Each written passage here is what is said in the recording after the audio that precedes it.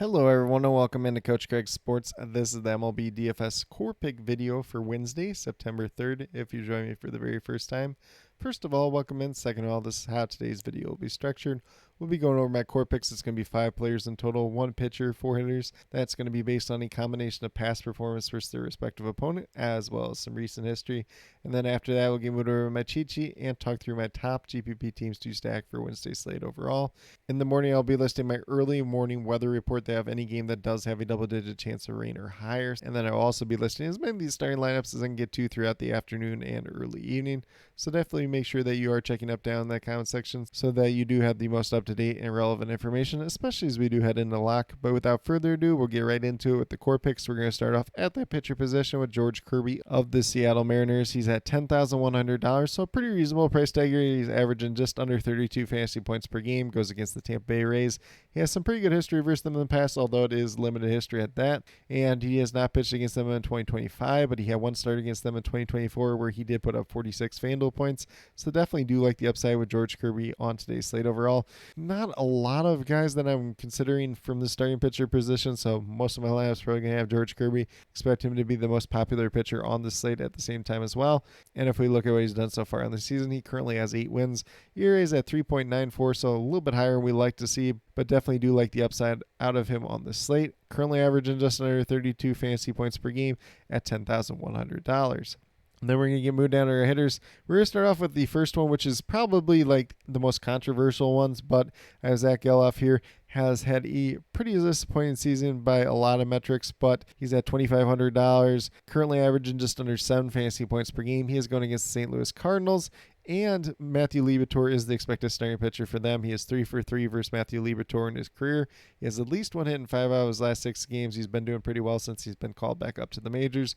2 multi-hit games during that time span, 2 home runs, and 2 double-digit performances. So for a reasonable price tag, definitely some decent upside there. Probably just a one-of. I'm not really looking to get to the A's in terms of stacking just in general, but he does make for a very interesting option, especially at second base and paying down in that regard just in general. And if we look at what he's done on the season so far, 182 batting average, 2 home runs, 6 RBIs, once again averaging just under 7 fantasy points per game at $2,500. Like I said, it's been a pretty disappointing season for him overall. Started off the year with an injury, came back, wasn't hitting whatsoever, so he got sent down to AAA. He's been hitting pretty well since his return, so definitely feels like a value option on today's slate overall. And then we're going to move down to third base with Matt Chapman. He's at $3,100, averaging just under 10.5 fantasy points per game so far in the season. He is going against the Colorado Rockies, and German Marquez is the expected starting pitcher for them. He has 3 for 10 with 2 home runs versus Marquez in his career. And if we look at what Matt Chapman's done as of late, he has at least 1 hit in 5 out of his last 8 games. Only 1 multi-hit game during that time span, though. Does have 2 home runs, 3 double-digit performances in 5 games with at least 9 fantasy points or higher. So pretty much if he goes out there, if he gets hit, he has a good chance of being at least a floor play, but definitely does have some upside as well. $3,100 price tag at Coors Field is just too good to pass up at this point in time with Matt Chapman. If we look at what he's done so far in the season, 229 batting average, 18 home runs, 50 RBIs. Once again, averaging just under 10.5 fantasy points per game at $3,100.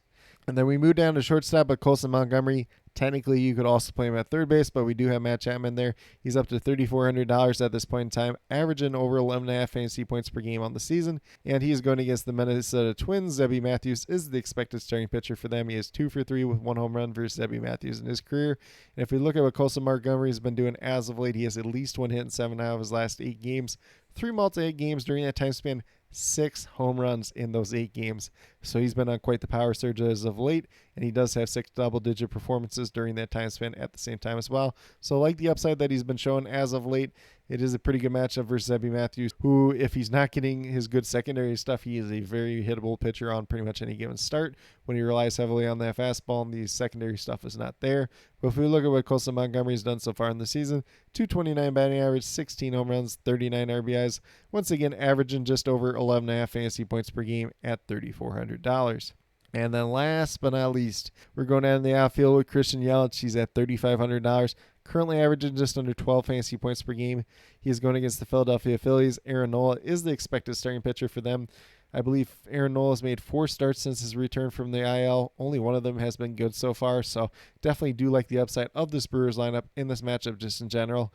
Christian Yelich is 11 for 38 with 1 home run versus Aaron Nola in his career. He has at least 1 hit in 8 out of his last 10 games that he has started. 5 multi-hit games during that time span. However, only 1 home run, so the power surge hasn't been there as of late, but he does have 5 double-digit performances, 7 games of at least 9 fantasy points or higher. So it looks like a really good floor play overall with some potential upside for more at the same time as well. And if we look at what Christian Yelich has done on the season in totality, 268 batting average, 27 home runs, 92 RBIs, once again averaging just under 12 fantasy points per game at $3,500.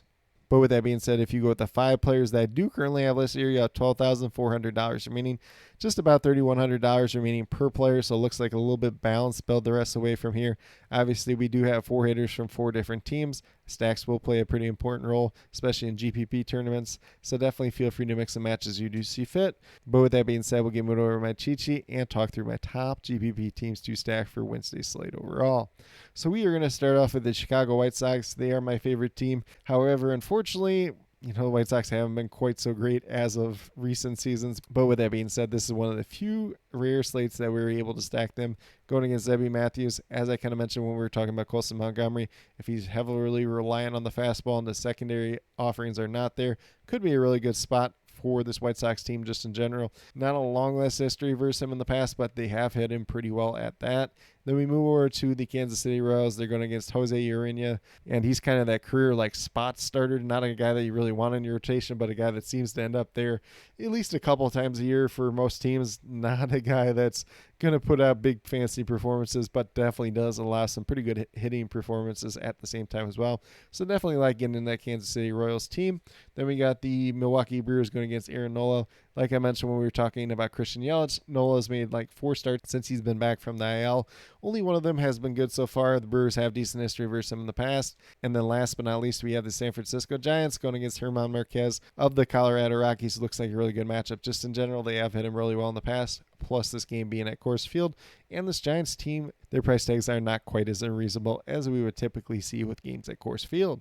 But with that being said, that's what I do have in terms of my core picks as well as top GPP teams to stack for Wednesday, September 3rd. As always, if you have any questions related to MLB DFS, be sure to drop them down in the comment section below, and I'll get back to you as quickly as possible.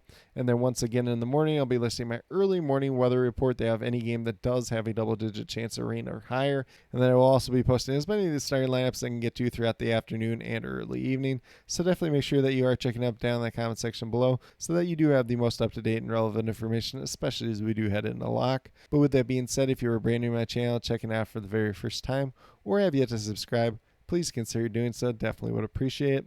Helps to build the community that we're trying to build here at Coach Craig Sports, which is one that's truly for you, the viewers, helping you with your DFS.